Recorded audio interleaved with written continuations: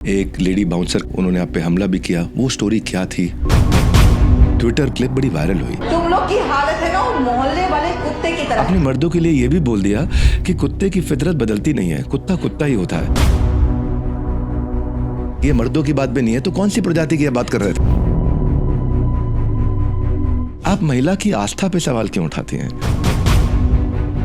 रणवीर अलाहाबादिया पे भी कमेंट किया। फूल बनने के चक्कर में इस मूर्ख इंसान ने ऐसा स्टेटमेंट दे दिया। ऐसे अपने एमबीए चाय वाला पे भी किया, काफी कुछ कहा। संदीप माहेश्वरी के लिए भी काफी कुछ कहा। ऐसे स्टेटमेंट से बचना चाहिए या करते रहना चाहिए? आपकी कोई खास क्लास थी ऐसी, इंग्लिश समझाते समझाते आपने एल्विश यादव और ध्रुव राठी की फाइट का डिस्कशन शुरू कर दिया। पहले अपॉर्चुनिटी आप ढूंढते हैं या टीम ढूंढती है? इंडियाज गॉट टैलेंट का एक वीडियो था कोई, जिसमें समय रैना पूनम पांडे आपस में किस करते दिख रहे हैं और आपने उसको वेरीफाई कर दिया कि यहाँ पे तो लिप किसिंग होती है। जया किशोरी को लेके आपने बोला क्रिश्चियन डियोर का बैग लेके चल रही हैं, आईफोन की लालसा करने वाली सन्यासी हैं। आपने बोला कि ये सरकार तो चाहती है कि बच्चे पकौड़े तले हैं, कि जिसने भी अंग्रेजी भाषा बनाई है दारू पी के बनाई है। तो आज जो मेरे साथ हैं वो इंग्लिश की एक्सपर्ट हैं। इनके हर नोट्स वाइटल हैं और इनके हर जोक्स भी वायरल हैं। मीडिया में इन्हें वायरल इंग्लिश टीचर भी कहा जाता है। Welcome back to the show. ये वो शो है जिसकी स्पीड उसकी यूएसपी है। इसमें मैं 20 सवाल करता हूं और केवल 20 मिनट देता हूं। जवाब देने का 1 मिनट देता हूं। टाइम केवल 1 मिनट है। टिक टिक टिक टिक टिक टिक 1 मिनट के बाद बजर टू, मतलब मेरे बाउंसर और आपके आंसर सिर्फ 60 सेकंड के अंदर। अपनी क्लास के बैक बेंचर्स को भी ये चौक फेंक करके या छड़ी मार के नहीं समझाती हैं, बल्कि ये रिलेटेबल फैक्ट्स मार के, रिलेटेबल फैक्ट्स बता के स्टूडेंट को अंदर से इंस्पायर करके उनको वो रियलिटी चेक देती है। इनका मोटो है लर्न विद फन। ये एंटरटेनमेंट एडुटेनमेंट दोनों को जोड़ करके बच्चों को मनोरंजन के साथ सिखाती है। इनके स्टूडेंट सिर्फ एक इनको मेंटोर ही नहीं मानते हैं, एक मदरली फिगर भी मानते हैं। Please welcome founder and director of KD campus private limited, Neetu Singh madam. Thank you so much sir, thank you. अपनी इतनी तारीफ सुन के कैसा लग रहा है मैम? बहुत अच्छा लग रहा है। मैं तो बिल्कुल चने के झाड़ पे चढ़ गई हूँ अब तो। नहीं। अच्छा, आपका सम्मान रखते हुए थोड़े आपसे मीठे, थोड़े कठोर, थोड़े तीखे हम कुछ सवाल करेंगे। तो मैं पहले प्रश्न से आता हूँ। यहाँ से हम एक ही प्रश्न में आपका बैकग्राउंड कवर करते हैं। 2005 में आपने पैरामाउंट कोचिंग से शुरुआत की। जितना हमें इंटरनेट से पता चलता है वो कंपनी लगभग 200 करोड़ से ऊपर की हो गई और रातों रात आपका नुकसान हुआ, बंद होनी पड़ी। एक लेडी बाउंसर के साथ आपको बहुत तकलीफ भी सहनी पड़ी, उन्होंने आप पे हमला भी किया। वो स्टोरी क्या थी, उसके बाद क्या हुआ? सर, दिल्ली जैसे शहर में एक बाउंसर ने आके मुझे मेरे ही कंपनी में मेरी पिटाई कर दी। और दिल्ली के जो कह सकते हैं कमिश्नर हो या पुलिस हो, इनको रत्ती भर भी फर्क नहीं पड़ा। और वो मेरे पर ही ST/SC का मामला बन गया होता अगर वो रिकॉर्डिंग नहीं होता उस ऑफिस का। तो मैं ये मानती हूँ कि अगर दिल्ली जैसे शहर में ऐसा हो सकता है और आदमी स्कॉट फ्री निकल सकता है, तो गांव में तो क्या फिर होता होगा? भारतवर्ष में अगर महिलाएं पिटती हैं तो सही पिटती है। क्योंकि भारत के गांव-गांव में ये सब चीज़ें होता है तो लोग बहुत कहते हैं कि नहीं बहुत बड़ी चीज़ हो गई। ऐसा नहीं है, दिल्ली जैसे शहर में हो रहा है और होता आया है। पर आप उस कंपनी में 50% हिस्सेदार थी? सर, कंपनी मैंने बनाई थी, कंपनी लेकिन हम भारतीय महिलाएं जो होती हैं मूर्ख होती हैं। ये भारतीय महिलाएं अपने पति को सबसे पहले रखना चाहती हैं। तो मैंने उनको 50% का पार्टनर मैंने बनाया था और मैंने उनको ऊपर रखा था। वरना पैरामाउंट का मतलब क्या होता है वो भी उसे पता नहीं था। आपने 50% का बाद में कोई एग्जिट वैल्यू लिया? क्योंकि उसके बाद आपने केडी कैंपस बनाया तो कुछ फाइनेंशियल सेटलमेंट हुआ था आपका राजीव जी के साथ? पिछले 10 सालों से वो केस कोर्ट में लटका हुआ है और उसमें डिवीजन बेंच का ऑर्डर आया हुआ था कि 1 साल में इस केस को निपटाना है। वो 10 साल में आज तक दिल्ली हाई कोर्ट में पेंडिंग है। अभी तक उसका कोई फैसला नहीं आया। तो कोई फाइनेंशियल सेटलमेंट नहीं पाया? फाइनेंशियल सेटलमेंट में उनको अराउंड 18.5 करोड़ रुपीस मुझे देना था। आपको मिला? नहीं मिला, क्योंकि केस 10 साल से पेंडिंग है कोर्ट में। और 10 सालों के बाद अगर आज फैसला आ भी गया तो मुझे कुछ नहीं मिल सकता, क्योंकि कंपनी दिवालिया हो चुकी है। This is really sad and struggle for you. पर नहीं तो मैम, हम आगे चलते हैं और उम्मीद करते हैं आपके लिए सब अच्छा हो। अभी पीछे SSC के स्टूडेंट प्रोटेस्ट में आपने काफ़ी पार्टिसिपेट किया। आप स्टूडेंट्स की एक शक्ति बन के निकली। जुलाई अगस्त की बात है, पीक पे था, मीडिया खूब न्यूज़ कवर कर रही थी। आप उस प्रोटेस्ट का एक मेन फेस भी रही हैं और प्रोटेस्ट में मीडिया के सामने आके आपने कई जवाब किया और कई सवाल भी उठाए, लेकिन फिर भी कोई रिजल्ट नहीं निकला। ऐसा क्यों? सर, रिजल्ट नहीं निकल पाएगा क्योंकि सबसे मेन चीज़ है कि उसमें जो सबसे बड़ा कल्प्रिट है वो है एडिक्विटी। और एडिक्विटी को सारे नियम कानून को ताक में रख के उसे दिया गया है पहले एसएससी टीसीएस का। के पास था। पहले टीसीएस के पास था। टीसीएस के समय में भी हमारे पास कुछ प्रॉब्लम्स आए थे बच्चों के, जो हम लोग उठा रहे थे कि ये प्रॉब्लम सॉर्ट आउट होना चाहिए। लेकिन हुआ क्या ना कि सब कुछ दरकिनार करके एडिक्विटी को दिया गया, जो कि एग्जाम भी ठीक से कंडक्ट नहीं करा पा रही है। और ये प्रोटेस्ट 2 फेज में हुआ था और दोनों फेज में एक-एक एफआईआर दर्ज हो चुका है और दोनों में एफआईआर हमारे खिलाफ हो चुका है। आपके खिलाफ? उसमें कई लोगों के खिलाफ हुआ है, क्योंकि पहला एफआईआर हुआ है जब हम लोगों ने पुलिस से परमिशन लिए बिना हम लोग डीओपीटी मिनिस्ट्री की तरफ मार्च कर रहे थे, उसमें एक हुआ है। दूसरा एक बच्चों के साथ जो प्रोटेस्ट हुआ है, उसमें भी एक एफआईआर हुआ है। अच्छा, एसएससी पे तो आप सड़क पे उतरी, लेकिन जब राउज आईएएस कोचिंग इंस्टीट्यूट में 3 बच्चों का देहांत हो गया, तब भी बच्चे सड़क पे आए, पर आप कहीं प्रोटेस्ट में नहीं दिखी। और जब बात कोचिंग सेंटर्स की आई तो नीतू मैम ने खाली कॉन्डोलेंस दे के छोड़ दिया, और स्टूडेंट्स ने आरोप लगाया कि मैम उस टाइम पे ऐसे कोचिंग वालों के खिलाफ आप सड़क पे क्यों नहीं उतरी? सर, अगर आप कहेंगे कि कोचिंग वालों के खिलाफ नहीं उतरी हूँ मैं, तो उस समय हम सभी टीचर्स की ना, जो कोचिंग के ओनर्स थे, उनकी मीटिंग एलजी से हुई है। और एलजी के साथ बैठ के हम लोगों ने डिस्कशन किया कि किन-किन चीज़ों पर ध्यान दिया जाए, ताकि कभी भी ऐसी घटना कोई ना हो। उस समय आप देखेंगे तो जितने भी इंस्टीट्यूट ओनर्स थे, उनको बुला के एलजी ने बात किया था। वहीं पर उन बच्चों के पेरेंट्स और उनके कुछ फ्रेंड्स भी थे, जो आके उन्होंने उसी मीटिंग को अटेंड किया था। पर नीतू मैम का रोल कम दिखा इसमें। नहीं सर, उसमें बच्चे ज़्यादा सड़क पे नहीं उतरे थे। उस समय बच्चे उस समय बिल्कुल उन्माद में सड़क पे उतरे थे। और बात क्या है कि ऐसे कंडीशन में अगर आप भी जाएँगे साथ में, तो हो सकता है बैकफायर करे। अगले प्रश्न पे चलते हैं। आपके एक फेवरेट टीचर हैं, मैंने एक इंटरव्यू में अभी देखा, विकास दिव्य कीर्ति सर, बहुत रिस्पेक्टेड हैं, पर वो भी बीच में इस ड्राउनिंग इंसिडेंट पे बहुत ट्रोल हुए, और बच्चों ने कहा वैसे तो वो हर मुद्दे पे राय रखते हैं, पर वो वहाँ पे विकास दिव्य कीर्ति सर कुछ लंबे समय तक नहीं दिखाई पड़े। इनफैक्ट एक जगह पे उन्होंने माँ सीता के लिए अभद्र टिप्पणी के लिए भी वो ट्रोल हो चुके हैं कि सीता की तुलना, क्षमा चाहता हूँ, पर कुत्ते द्वारा चाटे गए घी से की गई थी।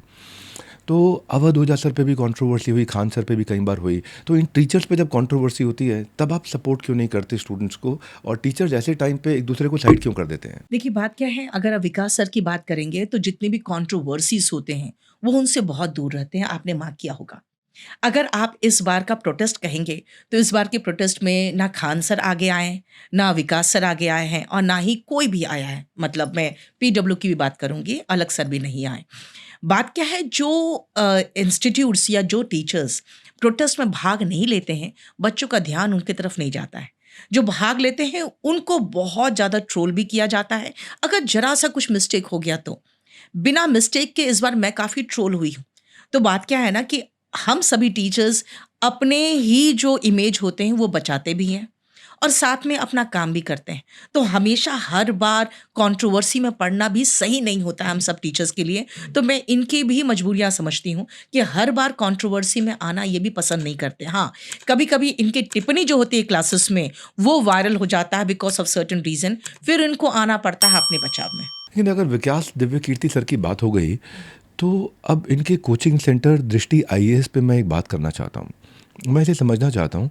सेंट्रल कंज्यूमर प्रोटेक्शन अथॉरिटी जो सीसीपीए है, उसने दृष्टि आईएएस पर 5 लाख रुपए का फ़ाइन लगाया है, और पिछले साल भी 3 लाख का फ़ाइन लगाया था। और ये क्यों लगाया था? ये पेनल्टी लगाई थी, उन्होंने मिसलीडिंग एड पब्लिश करी कि 75% स्टूडेंट्स जिन्होंने एग्ज़ाम खुद से निकाला है, उस यानी कि 216 में से 162 बच्चे एग्ज़ाम खुद से निकाला है, उन्होंने खाली इनके इंस्टीट्यूट के एक फ्री इंटरव्यू गाइडेंस प्रोग्राम में पार्टिसिपेट किया था।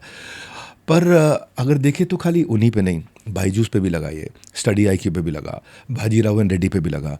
ऐसे इंस्टीट्यूट पे भी फ़ाइन लगता रहा, और कोचिंग इंस्टीट्यूट के मिसलीडिंग एड्स जो ये देते हैं, उसके ऊपर आपका क्या विचार रहता है? सर बात क्या है ना, ये लोग फ्री इंटरव्यू सेशन चलाते हैं। तो फिर जो ये फ्री इंटरव्यू सेशन में जो बच्चे आते हैं इंटरव्यू के प्रिपरेशन के लिए, उनका भी नाम और नंबर वगैरह जितने भी इनके एडमिट कार्ड वगैरह होता है, सब इनके पास रहता है। आज से नहीं सर, मैं इस फील्ड में 20 सालों से हूँ। 20 सालों से सारे इंस्टीट्यूट्स जितने भी इंटरव्यू वाले बच्चे हैं, उनको भी अपने बच्चे कह के इन लोग एडवर्टीजमेंट करते आए हैं। ये कोई नया प्रैक्टिस नहीं है। अगर आप इस नई प्रैक्टिस की बात करेंगे तो सरकार ने इस पर कदम उठाना पिछले 2 सालों से शुरू किया है। तो ये खत्म होना चाहिए, क्योंकि इंटरव्यू तक जो बच्चा पहुंच चुका है, इसका मतलब वो अपने कैलिबर से पहुंच चुका है। और अगर आप फ्री इंटरव्यू सेशन चला रहे हैं तो बच्चे इसका फायदा उठा रहे हैं। हालांकि इन लोग फ्री इंटरव्यू सेशन में ही करोड़ों खर्च कर देते हैं। सारे इंस्टीट्यूट्स का मानना होता है कि हमारे पास जितने रिजल्ट्स होंगे उतने फिर भावी बच्चे भी हमारे पास आएंगे। तो ये मार्केटिंग गिमिक है, ये मार्केटिंग गिमिक है, और ये आज से नहीं, पिछले 20 सालों बंद से होना सर। चाहिए ये। बिल्कुल बंद होना चाहिए। बहुत अच्छा, थैंक यू वेरी मच इतना बेबाकी से उत्तर देने के लिए। एक वीडियो में आपने सरकार ने केमिस्ट्री से पीरियोडिक टेबल गायब कर दिया, और आपने बोला कि ये सरकार तो चाहती है कि बच्चे पकौड़े तलें ग्रेजुएशन के बाद। लेकिन एनसीईआरटी को फिर मैं दूसरी साइड पढ़ा, एजुकेशन मिनिस्टर क्या बोल रहे हैं, वो कह रहे हैं उन्होंने बच्चे के कंटेंट लेवल के, कंटेंट का जो लोड का लेवल है उसको थोड़ा सा ठीक किया। स्पेशलाइजेशन पे फोकस देने के लिए उन्होंने 11th क्लास में वो पीरियोडिक टेबल साइंस के लिए डाल दिया। फिर उनका जवाब ये भी है, वो कहते हैं कि एनसीईआरटी में जो बेसिक कॉन्सेप्ट हैं, जो एलिमेंट्स हैं, कंपाउंड्स हैं, वो सब क्लास 9 तक कवर्ड हैं। अगर उसको एडवांस पढ़ना है तो पीरियोडिक टेबल 11th में हमने दे दिया है, अभी क्यों लोड डालें। फिर केमिस्ट्री से पीरियोडिक टेबल गायब होने वाली बात कहाँ तक सही है, और जब ये जवाब भी आ गया तो आपने इस मुद्दे को क्यों उठाया? आप तो इंग्लिश की टीचर हैं। सर, मैं जहाँ तक मानती हूँ कि जो सीबीएसई है वो अपने सिलेबस को कम करती चली जा रही है। आपने ये मार्क किया होगा कि बच्चे अब सिर्फ 1-1.5 महीना भी पढ़ लेते हैं ढंग से तो वो बोर्ड एग्जाम पास कर जाते हैं, क्योंकि सिलेबस उनका बहुत कम हो गया है। अगर सिलेबस कम करते जा रहे हैं तो बहुत अच्छी बात है, बच्चों पर लोड नहीं पड़ रहा है। लेकिन जब आप एग्जाम का पास करके जब आप 11th-12th करने के बाद नीट और आईआईटी देते हो तो उसका सिलेबस बहुत वास्ट है और उसका लेवल बहुत हाई है, और वो जो गैप है वो फिल कौन करेगा? अगर आप चाहते हैं कि कोचिंग सेक्टर खत्म हो जाए, कोचिंग सेंटर्स ना रहे, तो उसके लिए आपको 12th तक का सिलेबस ऐसा करना पड़ेगा कि बच्चा जो एग्जाम में क्वालिफाई कर रहा है बस उसी एग्जाम से वो नीट और आईआईटी भी क्वालिफाई कर जाए। वो चीज़ नहीं है। तो इसलिए मेरा मानना है कि अगर आप सिलेबस कम करते चले जा रहे हो तो उधर कंपटीशन देखिए बढ़ता जा रहा है। आपकी एक ट्विटर पे, जिसको एक्स बोलते हैं, क्लिप बड़ी वायरल हुई, जिसमें आप पुरुषों के बारे में बोल रही हैं कि तुम लोगों की हालत मोहल्ले वाले कुत्तों की तरह है। सुनने से मुझे भी थोड़ा घबराहट हुई। ऐसे मैं अपने आप को विजुअलाइज कर रहा था कि हम लोग ऐसे हैं। तो पुरुषों को लेकर आप ऐसा क्यों कहा आपने? तुम लोग की हालत है ना वो मोहल्ले वाले कुत्ते की तरह, जो गाड़ी के पीछे दौड़ रहा होता है, गाड़ी चलानी नहीं आती उसे। पुरुषों को लेके मैं नहीं कहती हूँ, जो दिलफेक पुरुष होते हैं उनके लिए कहती हूँ। और ये देखिए, क्लास में मजाक की बात होती है। कई बार कहते हैं, जैसे मेरे क्लास में जब एक लड़के ने कमेंट कर दिया कि जब घर में खाना नहीं मिलेगा तो वो बाहर तो जाएगा ही, बस उसी में मेरा पारा चढ़ा था कि भाई घर में खाना नहीं मिलेगा, what do you mean by that? तो सारे पुरुषों को कुत्ता कहना तो ठीक नहीं है। सारे पुरुषों को नहीं कहा मैंने सारे पुरुषों की बात नहीं की है। लेकिन हाँ, आपको नहीं लगता कि पुरुष दिल फेक होते हैं? ईमानदारी से बोलिएगा, दिल पे हाथ रख के। देखिए, जितने भी रिश्ते बनेंगे पुरुष और औरत में, तो उसमें औरत भी इन्वॉल्व तो होगी ना। औरत इन्वॉल्व, देखिए आप एक अगर बात, पुरुष ने 5 जगह संबंध बनाया है तो वो किसी औरत से ही बनाया होगा ना, तो दोनों का इन्वॉल्वमेंट होगा। अब मेरी बात सुनिए, अगर पुरुष के पास एक ऑप्शन आता है ना तो महिलाओं के पास 100 ऑप्शंस आते हैं। अगर फिर भी महिलाएं आपके प्रति वफादार हैं तो इसमें आपको अपने आप को समझना पड़ेगा कि आप बहुत लकी हैं। चलिए छोड़ते हैं, माहौल काफ़ी हैवी हो गया है, इसलिए इसको थोड़ा लाइट कर देते हैं। मैं एक सेलिब्रेशन की बात करता हूँ, एक खुशखबरी आपको सुना देता हूँ। हमारे लीडरशिप फनल प्रोग्राम को 10 साल हो गए हैं और उसका हम लेगेसी सेलिब्रेशन कर रहे हैं। Your journey from idea to IPO, आप सारे लोग इनवाइटेड हैं। इन 10 सालों में आज तक हमने बहुत सारे बिजनेसमैन की मदद करी, हैंड होल्ड करके उनको आगे बढ़ाया। 2, 5, 10, 20, 50 करोड़ पे लोग आते हैं, हम उनको 200, 500, 1000 करोड़ की जर्नी पर तैयार करते हैं। नए व्यक्ति को नहीं बुलाते, सबके लिए नहीं है लीडरशिप फनल, एक स्टूडेंट के लिए नहीं है, जो एक्चुअली कोर बिजनेसमैन है उसके लिए है। और ये 10 साल की लेगेसी हम सेलिब्रेट कर रहे हैं। आपको भी इन्वाइट करेंगे और बाकी सबको भी इन्वाइट करेंगे। माहौल लाइट करने के बाद अगले प्रश्न की तरफ चलते हैं। नीतू मैम, पुरुषों के बाद अब महिलाओं पर बात कर लेते हैं आपसे। आप महिला की आस्था पे सवाल क्यों उठाती हैं? करवा चौथ जो हिंदू महिलाएं आस्था विश्वास के साथ अपनी पति की लंबी उम्र के लिए रखती हैं, व्रत तो महिलाओं की धार्मिक भावना का एक विषय है। It is their own individual religious call. उस पर आप टिप्पणी कहती हैं कि वो डर के मारे करती हैं। आप ऐसा टिप्पणी क्यों करा आपने? सर, मुझे एक भी ऐसा फेस्टिवल बता दीजिए जहाँ पे कोई हस्बैंड अपनी वाइफ के लिए रखता। इस देश में एक भी ऐसा फेस्टिवल नहीं है। मेरा कहना है कि अगर किसी की वाइफ का देहांत हो जाता है तो उसका पूरा घर अस्त व्यस्त हो जाता है, उसके पेरेंट्स डिपेंडेंट जो थे उसकी वाइफ पर, बच्चे जो थे वो सब बिल्कुल बेसहारा हो जाते हैं। तो मुझे लगता है कि मर्दों को भी डर के मारे व्रत रखना चाहिए। दूसरा, मैं मानती हूँ कि अगर औरतों को ये बात बुरा लग रहा है तो मैं एक बात दावे से कह सकती हूँ सर, हम महिलाएं भी मेंटली स्लेव्स हो चुकी है। हम हमेशा मानते हैं कि मेरे हस्बैंड के बिना मेरा कोई लाइफ नहीं है, और अगर हस्बैंड छोड़ दिया तो हम कहीं नहीं रहेंगे, और हस्बैंड मर गया तब तो मेरी लाइफ खत्म है। सबसे पहले इनसे ऊपर उठना पड़ेगा एक महिला को। अगर हस्बैंड एंड वाइफ दो हैं तो दो पहिए हैं, तो दोनों को बराबर का दर्जा मिलना चाहिए। और अगर वाइफ लूज करने से डर रही है तो हस्बैंड को भी लूज करने से डरना चाहिए, और बराबर होना चाहिए ना। आप भी व्रत रखिए अपनी वाइफ के लिए, वाइफ भी रखें, तो अच्छी बात है। महिलाओं के सशक्तिकरण पे आप बहुत बात करती हैं, और आपने बोला सब बराबर होने चाहिए, है कि नहीं? और तो ये मेरे को अच्छा भी लगा बहुत। और आपने यहाँ पे एक चुनौती भी दे दिया कि अगर महिलाओं को ये डर के कारण कर रही हैं ऐसा, उनको बराबर का दर्जा मिले। मैं ये सब बात ठीक लगती है, पर लेकिन फिर आप दूसरी बात भी कर देती हैं कि महिला को संस्कारी होना चाहिए, घूंघट में रहना चाहिए। घूंघट में रहने का आपने सपोर्ट किया, जिससे लेके कुछ महिलाओं ने थोड़ा सा विरोध भी किया। उनका कहना है कि शादी दो लोग के बीच हो रही है तो सिर्फ पति फेस दिखाए, हम फेस ना दिखाएं। तो ये मैम यहाँ पे आपने तो फिर एकदम साइड चेंज कर ली। इस आरोप पे आप क्या कहेंगी? नहीं सर, मैं मानती हूँ कि अगर जैसे खान सर की वाइफ की बात कर रहे हैं, बहुत ही अच्छा हुआ घूंघट ली रही, क्योंकि अगर वो घूंघट नहीं रखती ना तो कभी भी पूरे बिहार में कहीं भी नहीं घूम सकती थी। क्योंकि खान सर बहुत पॉपुलर है, तो उनकी वाइफ की भी वही हालत होती कि कहीं भी वो ओपनली जाके शॉपिंग करना या घूमना वो नहीं कर सकती। जहाँ तक घूंघट का सवाल है, मैं एक ही चीज़ मानती हूँ, अगर मुझे सजना है और मुझे घूंघट रखना है तो मेरा विश होना चाहिए। अगर मुझे वेस्टर्न ड्रेस पहनना है तो मेरी इच्छा होनी चाहिए। मुझ पर कोई मर्द या कोई पुरुष या कोई मेरे परिवार का व्यक्ति थोपे कि नहीं तुम घूंघट लेकर रहो, वो मुझे मंजूर नहीं। एंटायरली आप छोड़ दीजिए उस लड़की को, उसकी जो विश है। अब आप देख लीजिए तालिबान ने क्या फरमान जारी किया था कि 2 आंखों की जरूरत नहीं है, एक ही आंख से दिख जा रहा है, इसीलिए उनके बुर्के में भी एक और जो आंख है वो भी ढका जाना चाहिए। और बताइए, वैसे तालिबानियों के साथ हम यहाँ पे प्रेस कॉन्फ्रेंस कर रहे हैं, तो मैं मानती हूँ सर कि हमें अपने अधिकार को तो छीन के लेना पड़ेगा। तो मुझे अच्छा लगा बहुत देख करके आप उनके राइट्स के लिए बात कर रही हैं कि छीनना पड़ेगा राइट्स।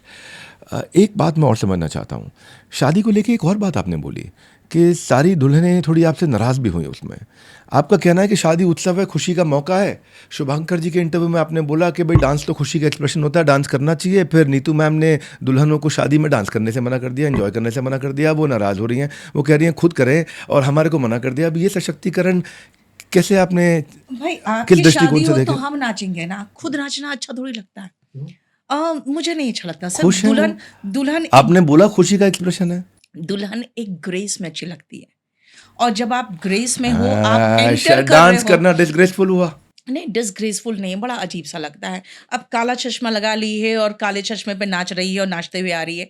भाई इतने लोग जो है नाचने वाले, उनको नाचने दो ना। आप तो बहुत ग्रेसफुली एंटर करो। देखो, कुछ चीज़ें होती है जो बहुत सुंदर लगता है जब आप भव्यता के साथ आते हो। तो मैं मानती हूँ नाचो, आराम से नाचो, लेकिन जब आप सेंटर ऑफ अट्रैक्शन हो तो लोगों को नाचने दो, और आप ऐसे मेमोरीज को रील में लगाओ ना जिसमें आप बहुत ग्रेसफुल तरीके से एंटर कर रहे हो, सुंदर लग रहे हो देखने में। दुल्हन थोड़ी शर्माती हुई अच्छी लगती है, जहाँ तक मुझे फील होता है। बाकी आपकी मर्जी। आप एक एनिमल लवर है ना? आप एक डॉग लवर भी हैं, आपके घर में भी डॉग है। तो एक दिन ट्विटर पे आपने एक्स पे लिख दिया कि कुत्ते के लिए हफ्ते में 2-3 दिन स्पेशली चिकन आता है। तो फिर नीचे मैं कमेंट्स में पढ़ रहा था, लोग कह रहे थे कि एक तरफ आप एक जानवर को पालते हैं, पोसते हैं, बड़ा प्यार करते हैं, उसको बड़ा करते हैं, दूसरी तरफ दूसरे जानवर का आप निर्मम निर्दयता से बिल्कुल हत्या कर देते हैं। तो ये एनिमल लव कैसे हुआ? ये बिल्कुल सही कह रहे हैं, क्योंकि हम देखते हैं जैसे बंगाल में जाइए तो वहाँ फिश इक्वल टू वेजिटेरियन हो जाते हैं। अगर आप यूपी में जाइए तो वहाँ पे सारे वेजिटेरियन हैं। लेकिन आप देखिएगा तो राजस्थान देखिए, यूपी के कुछ पार्ट देखिए, हरियाणा देखिए, टोटल वेजिटेरियन है। सबसे ज़्यादा भ्रूण हत्याएं यही एरिया में होती है। तो आप ये जानते हैं हम कहीं ना कहीं सावेज है। अगर आप कहेंगे कि नहीं नहीं आप एनिमल लवर है, मैं कौन सा एनिमल लवर हूँ? डॉग खाली एनिमल है क्या? एक चिकन एनिमल नहीं है? तो मैंने कभी दावा नहीं किया कि मैं एनिमल लवर हूँ। आपको पता है हम तब तक दावा नहीं कर सकते हम एनिमल लवर है जब तक कि हम सभी जितने भी उत्पाद हैं जानवरों के वो ना छोड़ दें। हम जो जूते पहने हैं वो भी एनिमल से आया हुआ है। आपको पता है जो हम दूध पीते हैं कि हम बहुत बड़े वेजिटेरियन हम दूध पीते हैं, वो दूध कैसे आता है? तो मैं मानती हूँ हम लोग कहीं न कहीं सैवेज हैं। अगर मैं कहूँ नहीं बहुत एनिमल लवर हूँ, उस दिन कह सकती हूँ जिस दिन मैं दूध, पनीर ये सब खाना बंद कर दूँगी। अच्छा नीतू मैम, एक चीज़ मैंने देखी कमेंट बॉक्सेस में सब जगह पढ़ने का कोशिश किया, तो नीतू मैम का ना इंग्लिश के टॉपिक्स ज़्यादा वायरल नहीं हो रहे, वायरल टॉपिक्स ज़्यादा वायरल हो रहे हैं। अब ये जाने अनजाने में होता है, कैसे होता है, जैसे आपने रणवीर अलाहाबादिया पे भी कमेंट किया कि कूल बनने के चक्कर में इस मूर्ख इंसान ने ऐसा स्टेटमेंट दे दिया। ऐसे आपने MBA चाय वाला पे भी किया, काफ़ी कुछ कहा, संदीप माहेश्वरी के लिए भी काफ़ी कुछ कहा। तो आप जैसे लोगों पे बोलती हैं, तो टीचर को ये आपका एक स्ट्रैटेजी है या पढ़ाते समय ऐसे स्टेटमेंट से बचना चाहिए या करते रहना चाहिए या कोई लर्निंग देना चाहते थे? सर मैं जब पढ़ाती हूँ तो करीबन 1.5 घंटे 2 घंटे की क्लास में 50 चिट्स आते हैं मेरे पास। अब एक चिट आया कि नीदर के साथ आपने मैम नॉर बताया है, लेकिन यहाँ पे इस सेंटेंस में तो नीदर नहीं आया, सिर्फ नॉर आया। ऐसा कैसे? क्या ये कंजंक्शन का पेयर नहीं है? अब ये चिट तो उठा के कभी मेरा टीम वाला डालता ही नहीं है। वो क्या डालता है कि मैम आई लव यू कौन सा टेंस है? अब मैं क्या करूं? वो जो 5 ऐसे मजाक के चिट्स आते हैं, अब मेरी टीम भी उठा के वही डालती है क्योंकि उनको पता है वही वायरल होगा। तो ये एक स्ट्रैटेजी है। तो वो एक स्ट्रेटजी मेरे टीम का है, ये मेरा नहीं है। लेकिन हाँ, ये ज़रूर है कि ऐसी चीज़ें वायरल होती हैं। पढ़ाने से रिलेटेड आप कुछ भी मैं डालती हूँ, तो वो उतना वायरल नहीं जाता। और मैं स्टेटमेंट्स तब देती हूँ जब ऐसा कोई चिट आता है कि मैम आपको क्या लगता है, ये जो उन्होंने स्टेटमेंट दिया कल, वो सही है कि नहीं है? तो कभी-कभी ऐसा होता है, पता ही नहीं रहता क्या स्टेटमेंट दिया है। आपकी कोई खास क्लास थी ऐसी जिसमें आप इंग्लिश ही समझा रहे थे और इंग्लिश समझाते समझाते आपने एल्विश यादव और ध्रुव राठी की फ़ाइट का डिस्कशन शुरू कर दिया। उसमें आप क्लास में स्टूडेंट्स को प्रोनाउंसिएशन करेक्ट करने के बारे में बता रहे थे। तो ये पढ़ाते पढ़ाते सोशल मीडिया का फ़ाइट का आप जिक्र करने लगे। तो अब ये तो टीम तो बाद में उठाएगी, तो पहले अपॉर्चुनिटी आप ढूंढते हैं या टीम ढूंढती है? नहीं, मेरा जितना वायरल हुआ है सर, सारे एक्सटेम्पोरे वायरल हुआ है। मैं कुछ भी मनगढ़ंत नहीं बोलती हूँ। और मन अगर कुछ मेरी टीम कभी देती भी है कि आप इस पे कुछ बोलो, तो मुझे लगता है वो ज़्यादा वायरल भी नहीं होता है। तो जितने भी एक्सटेम्पोरे हैं जो ऑन द स्पॉट कुछ ऐसी बातें निकल गई, वही वायरल होती है बस। आजकल डीप AI फेक वीडियो से बहुत चल रहे हैं। इंटेंशनल नहीं होगा तभी वो होगा कि इंडियाज़ गॉट टैलेंट का एक फेक वीडियो था कोई, जिसमें समय रैना पूनम पांडे आपस में किस करते दिख रहे हैं और आपने उसको वेरीफाई कर दिया कि यहाँ पे तो लिप टू लिप किसिंग होती है। वैसे आपको पूरा हक है कि किसी भी वल्गर शो को क्रिटिसाइज़ करिए, आपको पूरा अधिकार है, आपने बोला डेमोक्रेसी है। लेकिन इस फेक AI वीडियो को देख के बिना फैक्ट चेक किए क्लास में बोल दिया, ये ठीक है? क्योंकि टीचर की जिम्मेदारी पढ़ाने और समझाने वाली एक अत्यंत जिम्मेदारी का प्रोफेशन है। अत्यंत का अर्थ हुआ जहाँ अति का भी अंत हो जाए, इतना जिम्मेदारी का प्रोफेशन है। तो आपको नहीं लगता टीचर्स को पहले सारे फैक्ट्स को दुरुस्त करके चेक कर लेना चाहिए? देखिए, अगर आप उस प्रोग्राम की बात करेंगे इंडियाज़ गॉट टैलेंट, तो कोई भी चीज़ को है ना फैक्ट चेक करने से पहले आपने ऐसा माहौल उस सीरियल में बना दिया था उन लोगों ने कि कोई भी चीज़ अति नहीं लग रहा था। तो वो ऐसी बात थी ना जिसपे मुझे लगा था कि शायद सही होगा, और वो चल रहा था वहाँ पे, बहुत वायरल चल रहा था, बहुत ज़्यादा चल रहा था। एंड इन फैक्ट सच कहूँ तो वो इंडियाज़ गॉट टैलेंट का मैंने एक भी एपिसोड नहीं देखा क्योंकि मुझे वो इतना वाहियात और इतना वल्गर लगता था। तो इसीलिए अगर आप मानेंगे तो सच कहें तो वो अगर बंद हो गया वो प्रोग्राम तो बहुत अच्छा हुआ। और अगर उससे रिलेटेड अगर मैंने कोई बात बोली है then I should say and I must say that I am sorry अगर ऐसी बात नहीं थी और मैंने बोला तो। आई डीपली अप्रिशिएट ना, आई अंडरस्टैंड कि वो माहौल ही उस समय ऐसा था और माहौल ही इतना नेगेटिविटी का था कि आप किसी भी बात पे भरोसा कर पा रहे थे। पर एक जगह मैं सोचा कि आपका बेटा आपसे शायद थोड़ा नाराज़ हो गया। क्या हुआ कि कुछ लोगों ने बोला कि आपने बेटे की पर्सनल लाइफ को सोशल मीडिया पे शेयर कर लिया, डिस्कस कर लिया। अब आपके बेटे की लव स्टोरी आपने क्लास में सुना दी। अब हुआ ये कि लव लेटर मिला, रील भी खूब वायरल हुई। आपने बेटे से ये भी कह दिया कि बेटा ये लव लेटर तुझको नहीं मिला है, ये तेरी लैंड क्रूज़र गाड़ी को मिला है। अब उसके चक्कर में क्या हुआ, जो बेटे की लवर थी उसने बोल दिया गुस्से में कि भाई तुझे हाँ करना था, मेरे को हाँ कर देता, मैं तुझे पसंद थी ठीक, नहीं पसंद थी ठीक, लेकिन तूने मेरे को गोल्ड डिगर साबित कर दिया अपनी मम्मी के साथ मिलकर। तो आपको नहीं लगता बेटे की पर्सनल लाइफ को आपको क्लास में नहीं शेयर करना चाहिए था? मेरा बेटा इनफैक्ट बहुत ही इंट्रोवर्ट है और वो अपनी पर्सनल लाइफ बिल्कुल भी नहीं चाहता कि डिस्कस हो, और मैंने ये डिस्कस कर दिया और ये वायरल हो गया। और वो गलती हो गई। हालाँकि मैंने इस बात को सिर्फ़ ऐसे कैजुअल वे में बोला था। मैंने बहुत सीरियसली भी नहीं कहा था।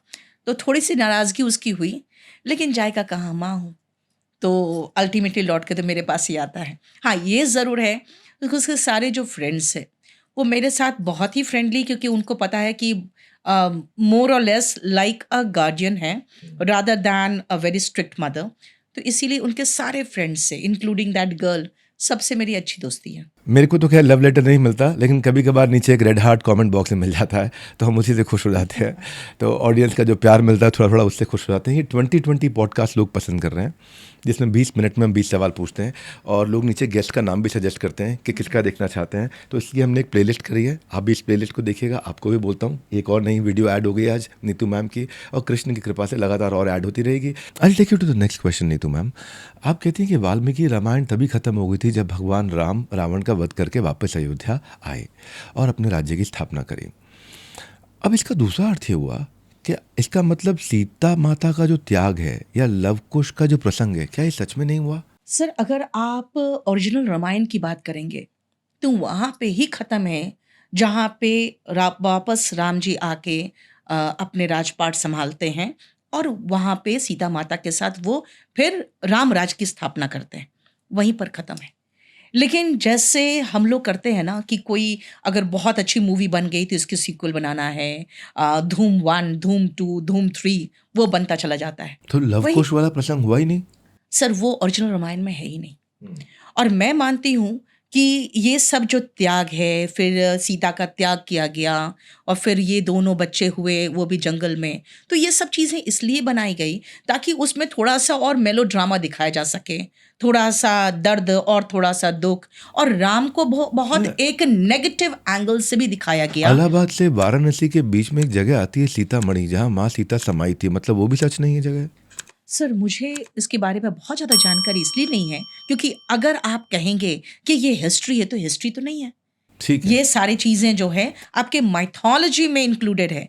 तो माइथोलॉजी जैसे-जैसे आगे बढ़ता गया, ठीक है, हम इसको छोड़ते हैं हाँ। फिर। ठीक है, ये रिस्की हो जाएगा क्योंकि हम इसको शास्त्र मानते हैं, स्क्रिप्चर्स मानते हैं। हाँ। अगर मैं अगले प्रश्न पर रिलेट करूं, तो धर्म का प्रचार करने में कई कथावाचक होते हैं, कभी कभी आप उनसे भी नाराज हो जाते हैं। जैसे आपने जया किशोरी को लेके आपने बोला क्रिश्चियन डियोर का बैग लेके चल रही हैं, आईफोन की लालसा करने वाली सन्यासी हैं। इन कथावाचक लोगों से क्या दिक्कत है? वो तो उन्होंने अपना बैग खुद ही बनवाया था। सर, अगर आप देखेंगे, राम की बात करेंगे, तो मर्यादा पुरुषोत्तम राम की बात होती है। इसका मतलब है कि राम मर्यादा में पुरुषों में भी उत्तम थे। उनसे सीता माता का त्याग हो कैसे सकता है, आप खुद सोचिए। नहीं, मैं जया राइट? किशोरी वाला सवाल मैं है। उसी में आ रही हूँ। इसका मतलब है कि मेरा राम, जो मेरा राम है, वो ऐसा कर ही नहीं सकता है, इसलिए मैं उत्तरकांड को बिल्कुल मानती ही नहीं हूँ। क्वेश्चन चेंज हो गया सेम अगर आप कहेंगे जया किशोरी के बारे में, हाँ। तो अगर आप भगवान राम पे विश्वास कर रहे हैं, अगर आप राम की गाथा गा रहे हैं, तो हमारे जो गाय है उसके बने हुए आप चमड़े के बैग लेके घूम कैसे सकते हैं, और आपको ये जो सांसारिक चीजें हैं उनकी इतनी लालसा कैसे हो सकती है? आईफोन आपका तो उसमें सबसे ऊपर आता है सर। आपका पॉइंट बिल्कुल ठीक है नीतू मैम, लेकिन वो तो हमारे यहाँ पे आई थी, ऑफिस भी आई थी, उन्होंने बोला ही मैं सन्यासी नहीं हूँ, मैं तो गृहस्थ जीवन में जा रही हूँ, भगवान राम का गुणगान तो कर ही सकती हूँ। दूसरा, उन्होंने खुद क्लैरिफाई किया कि जो मेरा बैग है वो विदाउट लेदर मैंने खुद कस्टमाइज बनवाया है। उन्होंने खुद ही कहा उन्होंने है। कह दिया है कि मैं आध्यात्मिक नहीं हूँ। हाँ, उन्होंने कहा कि भाई मैं एक स्पिरिचुअल गुरु नहीं हूँ, मैं एक सन्यासी नहीं हूँ, मैं विवाह करूंगी, मैं गृहस्थ में रहती हूँ। पर क्या लोग उनके साथ रिलेट कर रहे हैं, तो मुझे लगता है कि शायद उनकी पोजिशनिंग डबल हो गई है। कुछ लोग इस तरफ को उनका ज़्यादा देख पा रहे हैं, कुछ इस तरफ का। तो हम इस पर और बहस नहीं करते हैं, पर आपने अपने व्यूज़ रखे। आपने संदीप महेश्वरी जी को बोला कि आप अपने प्रोफेशन में रहो, ये सब चीज़ें आपके काम की नहीं है जो आप कर रहे हो। ऐसे ही आपने जया किशोरी को भी बोला आप अपने प्रोफेशन में रहो, आप कथावाचक हो, आप इधर उधर की बात मत करो। फिर आप भी तो टीचिंग प्रोफेशन में हो, तो आप पॉलिटिकल बयान दे देते हो कि राहुल गांधी की तारीफ में कहते हो मेहनती है, अच्छा जा रहा, अच्छा जाएगा। तो ये पॉलिटिकल स्टेटमेंट से बच के आपको भी तो फिर टीचिंग पे ध्यान देना चाहिए। सर, मैं एक भारत की नागरिक हूँ और मैं एसएससी में एग्ज़ाम्स की तैयारी करवाती हूँ बच्चों को, चाहे वो किसी भी कॉम्पिटिटिव एग्ज़ाम्स की बात करोगे आप। जहाँ पर स्टूडेंट्स से रिलेटेड बात हो, जहाँ पे उनका कोई भी मुद्दा हो जिसको आगे बढ़ाना हो, जहाँ पे भारत के नागरिक के रूप में मुझे बताना है कि हाँ, कौन सही है, कौन गलत है और कौन हमारे लिए सही होगा। अगर आगे चाहे मोदी हो, चाहे राहुल गांधी हो, किनका शासन हमारे लिए सही होगा। मुझे लगता है ऐसे भारत के नागरिक, तो मुझे पूरा अधिकार इसके बारे में बोलने का। और इसके लिए हमारी नीतू मैम अंग्रेज़ी की तैयारी बहुत अच्छी कराती हैं और उसके लिए बहुत मेहनत भी करती हैं, बच्चों के साथ लगी रहती हैं बड़े पैशन के साथ में। लेकिन आपने एक जगह पे बोला कि जिसने भी अंग्रेज़ी भाषा बनाई है दारू पी के बनाई है, ऐसा क्यों बोला आपने? सर, इंग्लिश में आप प्रोनाउंसिएशन पे आ जाइए, चाहे स्पेलिंग्स पे आ जाइए, आपको महसूस होगा कि स्पेलिंग कुछ और बोल रहा है, प्रोनाउंसिएशन कुछ और है। अगर आप हिंदी भाषा में आइएगा, 52 लेटर्स है, उसकी 52 उच्चारण है। लेकिन इंग्लिश में आप जो 26 लेटर्स है, उनके 44 साउंड्स है और कुछ ऐसे साउंड है जो आप उस लेटर को देख के समझ नहीं पाएंगे कि उसका ये साउंड हो भी सकता है। तो इसीलिए इंग्लिश में आपको सुनना भी बहुत ज़रूरी है ताकि आप राइट प्रोनाउंसिएशन कर सकें। मैं आपको आखिरी प्रश्न की तरफ लेके चलता हूँ। बहुत अच्छा लग रहा है आपसे बात करके। शुभांकर मिश्रा जी के इंटरव्यू में 2 बार कटा, ऐसा कुछ बोला आपने। एक बार तो बड़े गंदे से कटा। तो शुभांकर मिश्रा बोले ब्याह वाला था क्या? तो नीतू मैम बोली ब्याह वाले से प्यार कौन करता है? तो आपका ऐसा क्या मानना है, शादी करने वाले लोग प्रेम नहीं करते या वो क्या प्रसंग था? मैं उसको ठीक समझ नहीं पाया। जहाँ तक शादी की बात है, शादी अगर प्यार पे टिका हुआ है तो वो शादी टिकेगी। अगर आप सोचेंगे कि नहीं प्यार नहीं है तब भी शादी टिक रही है और बहुत पवित्र चीज़ है, तो मैं मानती हूँ वहाँ पे सिर्फ एडजस्टमेंट है। क्योंकि 2 बच्चे हो गए और 2 बच्चे हो गए तो उनके लिए निभाना ज़रूरी है, नहीं तो बच्चा का क्या होगा। क्योंकि महिलाएं जनरली यही सोच के ही अपने शादी में टिकी रहती है कि बच्चे का क्या होगा, मेरा क्या होगा। मैं मानती हूँ कि अगर आप कहेंगे कि शादी के बाद प्यार हो जाता है तो ज़रूरी नहीं है, और प्यार हो गया तो इससे अच्छी चीज़ कुछ हो ही नहीं सकती है बहुत खूब। कि आपकी शादी जिससे हुई है उसके साथ आपको प्यार हो गया। एंड सेकेंडली एक चीज़ और है सर, मैं महिला हूँ, मैं अच्छे से जानती हूँ शादी के बाद महिला पूरी कोशिश करती है कि हस्बैंड के साथ प्यार के साथ रहे, लेकिन कोई ज़रूरी नहीं कि हस्बैंड भी वैसे ही आपको रेसिप्रोकेट करेगा। तो इसीलिए अगर दोनों तरफ से प्यार है तब तो भगवान की प्राप्ति यहीं धरती पर हो गई। आप जय हो, जय हो। Very good, very good, very good. Neetu ma'am, ये बताइए, हमने कुछ कड़वे, तीखे, मीठे सवाल आपसे किए। सवाल कैसे लगे आपको? मैं तो बस दिल से जवाब देती हूँ सर। अगर मेरी कहीं गलती होती है तो मैं कहती हूँ मुझे माफ़ करना। अगर गलती नहीं होती है और सारे कमेंट्स में गालियाँ पड़ते रहते तो भी मैं अड़ी रहती हूँ, क्योंकि मैं मानती हूँ डेमोक्रेसी है, यहाँ पे हर किसी को हर तरह का सवाल करने का पूरा छूट होना चाहिए, जवाब देने की पूरी छूट होनी चाहिए। कभी किसी का दिल मत दुखाओ, किसी को इंसल्ट मत करो, अब बाकी सब कुछ चलता है। अब मैं इस पे कहना चाहूँगा कि आपसे अभी जितने भी सवाल हुए उनमें से यकीनन कुछ थोड़े तीखे थे, लेकिन जिस ईज़ और कॉन्फिडेंस से आपने उन्हें टैकल किया, ये पक्का कोई द नीतू मैम इफ़ेक्ट है सर्टनली, जिसने आपके स्टूडेंट्स के साथ साथ हमें भी इम्प्रेस किया। रही बात आपके स्टूडेंट्स की, तो उनसे आपका एक बॉन्ड बहुत स्ट्रॉन्ग है और आपके वीडियोस में साफ बात पता चलती भी है, हम सब देखते भी हैं और देखते आ रहे हैं। आप जैसे अपने स्टाइल से उन्हें पुश करती हैं, उनका सेल्फ बिलीफ बिल्ड करती है, उनको इंग्लिश से डर उनका समाप्त करा देती हैं, सिखाती हैं अच्छे से। तो आपकी क्लास एक प्रेशर पॉइंट नहीं है, आपकी क्लास एक प्लेजर पॉइंट है, मैं बल्कि ऐसा बोलूँगा। इसीलिए आप इंटरनेट की एक फेवरेट इंग्लिश टीचर हैं। आप ऐसे स्टूडेंट्स की फेवरेट बनी रहिए, उन्हें पढ़ाते रहिए, इंस्पायर करते रहिए। आप यहाँ पे आए, आपने अपनी स्टोरी शेयर करी, आपका धन्यवाद। और आप सब लोग ये इस पे जाइए, क्या बोलते हैं इसको, प्ले लिस्ट पर जाइए फटाफट, वहाँ देखिए कि और किससे मिलना चाहेंगे, कमेंट बॉक्स में बताइए। वर्ल्ड के नंबर 1 एंटरप्रेन्योरल यूट्यूब चैनल को सब्सक्राइब करने और करवाने के लिए आपका हृदय की गहराई से प्रेमपूर्वक धन्यवाद।